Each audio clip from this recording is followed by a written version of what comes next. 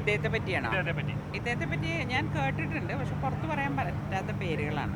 അത് വലിയ നേതാക്കളുടെ മക്കളും ഒക്കെ അതിലുണ്ട്. പക്ഷെ ഞാൻ അതിനെപ്പറ്റി ഇതുവരെ ഒന്നും ചോദിച്ചിട്ടില്ല. ഞാൻ പൊതുവെ വ്യക്തിപരമായിട്ടുള്ള കാര്യങ്ങൾ ചോദിക്കാത്ത ആളാണ്. അപ്പം ഞാൻ പറയുകയും ചെയ്തു, ഇത്രയും മുകളിൽ കയറി കളിക്കണമെങ്കിൽ അവന് ഒത്തിരി ധൈര്യം വേണമല്ലോ എന്ന് ഞാൻ പറയുകയും ചെയ്തു. രാഹുൽ മാങ്കൂട്ടം MLA സ്ഥാനം രാജിവെക്കില്ല എന്ന നിലപാടിൽ തന്നെയാണ്. പരാതികളൊന്നും വരില്ല എന്ന ധൈര്യം അയാൾക്കുണ്ട്.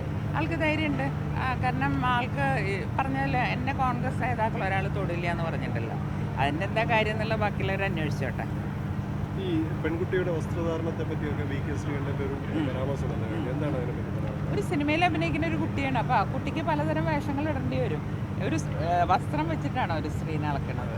തീർച്ചയായിട്ടും അല്ല, തീർച്ചയായിട്ടും അതല്ല. അപ്പം അതുകൊണ്ട് വസ്ത്രധാരണത്തിലൊന്നും എനിക്ക് പെൺകുട്ടികളെ, ആ കുട്ടിയുടെ ജോലി അതാണ്, മോഡലിങ് ഇതൊക്കെ. അപ്പോൾ പലതരം വസ്ത്രങ്ങൾ ഇടേണ്ടി വരും. അതുകൊണ്ടാണ് ആ കുട്ടി അങ്ങനെ അതിനെപ്പറ്റി VK ശ്രീകണ്ഠനെ പോലെ ഒരാൾ ഇന്നലത്തെ പ്രസ്താവന കണ്ടപ്പോൾ സത്യം പറഞ്ഞാൽ മനസ്സൊന്ന് എന്താ പറയുക, സങ്കടപ്പെട്ടു പോയി. ശ്രീകണ്ഠനെ പറ്റിയുള്ള എൻ്റെ പ്രതീക്ഷ ഇതൊന്നും ആയിരുന്നില്ല. ഇതായിരുന്നില്ല ശ്രീകണ്ഠൻ. എന്തുകൊണ്ട് ആ വലയത്തിൽ ശ്രീകണ്ഠൻ പെട്ടു എന്നാണ് എനിക്ക് മനസ്സിലാകാത്തത്. എന്തുകൊണ്ടായിരിക്കും അങ്ങനെയൊക്കെ പ്രസ്താവന? രാഹുലിനെ സംരക്ഷിക്കാനാണ്. പാലക്കാടാണല്ലോ മറ്റേ ഷാഫി, അങ്ങനെ അവരൊക്കെ ഒരു കൂട്ടുകെട്ടുണ്ട് എന്നാണ് ഇപ്പം എനിക്ക് മനസ്സിലാവണം. അന്ന് ഞാൻ മനസ്സിലാക്കിയില്ല. പക്ഷേ എനിക്കറിയാം ഇവരൊന്നും നമ്മൾ അത്ര അങ്ങോട്ട് സുഖത്തിലൊന്നുമല്ല.